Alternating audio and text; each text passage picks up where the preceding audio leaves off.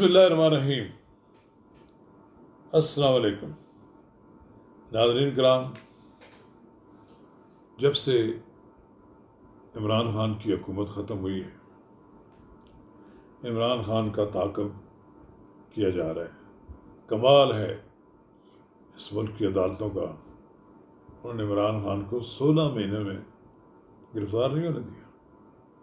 ایک دن غلطی سے گرفتاری کر لی تو سپریم کورٹ کے چیف جسٹس نے جو ان پر ناراضگی کا اظہار کیا وہ سب کے سامنے۔ ناظرین کرام، ہم عمران خان کے گھیراؤ کیا جانے والا گھیراؤ اور ان کا تعاقب، اس پر آج ایک غیر جانبدارانہ تبصرہ کریں۔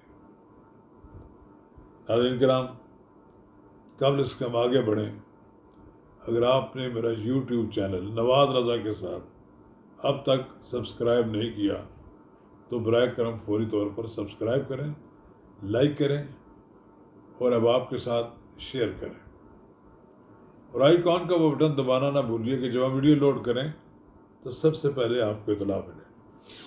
چلیے آج ناظرین، اسلام آباد کی عدالت میں، سیشن جج میں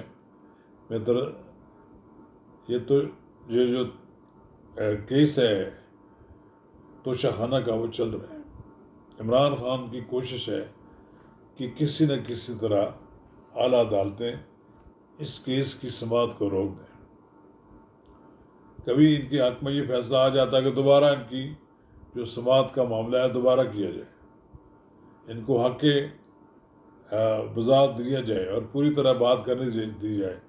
عمران خان چاہتے ہیں کہ اس میں مختلف گواہان اور بھی شامل کر لیے جائیں تاکہ یہ معاملہ لٹکا رہے۔ وہ نہیں چاہتے کہ انہیں توشہ خانہ کیس میں ڈسکوالیفائی کر دیا جائے۔ اس کی راہ میں رکاوٹ بن رہے ہیں، سماعت میں کبھی رکاوٹ بن رہے ہیں، مسلسل ڈیلے کروا رہے ہیں، اور ان کی کوشش یہ ہے کہ وہ کسی نہ کسی طرح اس کیس میں بچ جائیں۔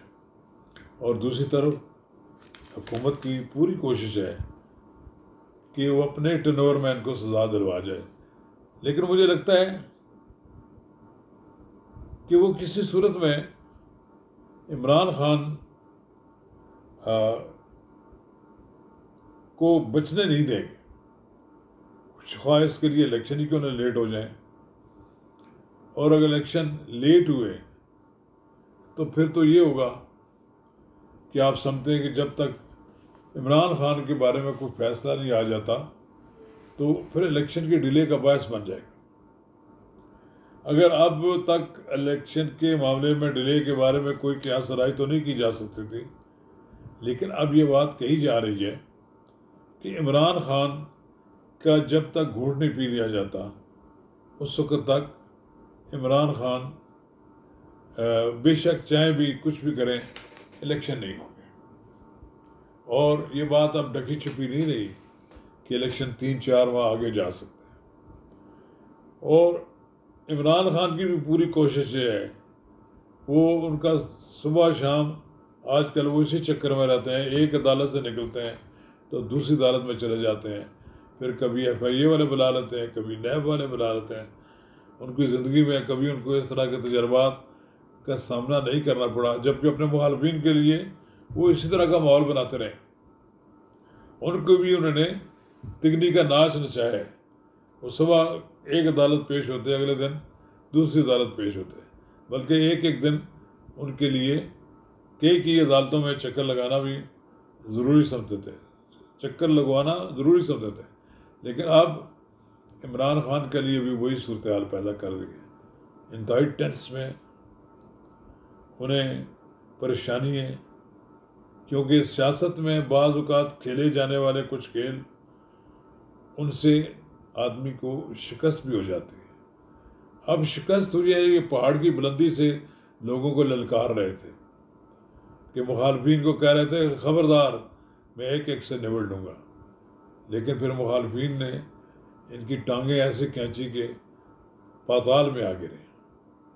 اب ان کے لیے اٹھنا مشکل ہو رہا ہے، سروائیول کی لڑائی جو ہے وہ یہ ختم ہو گئی ہے۔ سروائیول کی لڑائی کا کوئی یہ اس میں کوئی کامیابی نہیں ہو رہی ان کو، ان کی سیاست ختم ہو رہی ہے، اور یہی چاہتے ہیں ان کے سیاسی مخالفین۔ لیکن میں یہ سمجھتا ہوں کہ اگر عمران خان کلی طور پر سیاست سے آؤٹ ہو جائیں تو پھر سیاست بھی بے مزہ ہو جائے گی، کیونکہ عمران خان کا سیاست میں موجود رہنا بھی ضروری ہے۔ صرف اتنی بات ہے کہ عمران خان تو اپنے طور طریقے تبدیل کر لیں، اپنے آپ کو اس سسٹم میں ایڈجسٹ کر لیں، ابزارو کر لیں۔ اگر اس سسٹم سے وہ باہر رہ کر چاہتے ہیں، دیواروں سے ٹکرے مارنا چاہتے ہیں اور انقلاب کی باتیں کرتے ہیں، کہ حالانکہ ان کا کوئی رکن بھی انقلابی نہیں ہے۔ انہوں نے جو 9 مئی کو کھیل کھیلا وہ بغاوت کے زمرے میں آتا ہے، وہ انقلاب نہیں بنا۔ وہ چاہتے تھے کہ فوج کے اندر انتشار پیدا ہو، وہ یہ چاہتے تھے کہ جنرل عاصم منیر کی کمان کو چیلنج کیا جائے، نہیں کر سکے۔ فوج نے جس تعامل کے ساتھ اس معاملے کو ٹیکل کیا ہے، اس سے عمران خان صاحب کی بھی مایوسی ہوئی۔ فوج نے کسی شخص کو گولی نہیں ماری، GHQ پہ حملہ کرنے والے کو میاں والی میں ایئر فورس کے طیاروں کو اور کور کمانڈر ہاؤس سمیت مختلف جگہوں پر جو انہوں نے نقصان پہنچایا، کوئی گولی نہیں چلائی گئی۔ اس لیے عمران خان اس میدان میں بھی ناکام ہو گئے۔ عمران خان تو پچھلی 4 سال کی حکومت جو ہے وہ بھی ایک ناکامیوں کی بڑی لمبی داستان تھی، لیکن 16 ماہ کی جو ان کی سیاست ہے اس نے آج ان کو یہاں عدالتوں میں لا کھڑا کیا ہے۔ انہوں نے بڑے لوگوں کو بڑے طریقے کے ساتھ لوگوں کو آگے لے جانا چاہیے تھا، لیکن وہ طریقے کے ساتھ لوگوں کو اپنے ساتھ نہیں لے گئے۔ وہ ایسا لگتا ہے مجھے کہ عمران خان صاحب جو ہیں وہ عمران خان صاحب اپنے ساتھیوں کو ایک ایسے راستے پہ نہیں چلا سکے کہ جس میں کہ جنگ تو طویل ہوتی ہے لیکن بالآخر پر کامیابی حاصل ہو جاتی ہے۔ لیکن عمران خان نے اپنی اس جو ناکامی ہے، جو حکومت کی ناکامی تھی ان کی، اس کو انہوں نے 16 ماہ میں کوشش تو کی کہ میں ایک بار اس حکومت کو الٹا کے پھینک دوں گا، لیکن ناکام ہوئے۔ کاش کہ عمران خان صاحب 10 اپریل کی رات کے بعد ایک جمہوری پالیٹیشین کے طور پر اسمبلی میں موجود رہتے اور حکومت کو چیلنج کرتے۔ یہ آج حکومت جتنے بھی قوانین ایک دن میں 2 دن میں 53 قوانین منظور کر رہی ہے، اس کی ذمہ داری میں سمجھتا ہوں عمران خان پر عائد ہوتی ہے۔ ان کے جانے کے بعد ایک جعلی اپوزیشن وہاں بیٹھ گئی، اور وہ سرکاری اپوزیشن تھی۔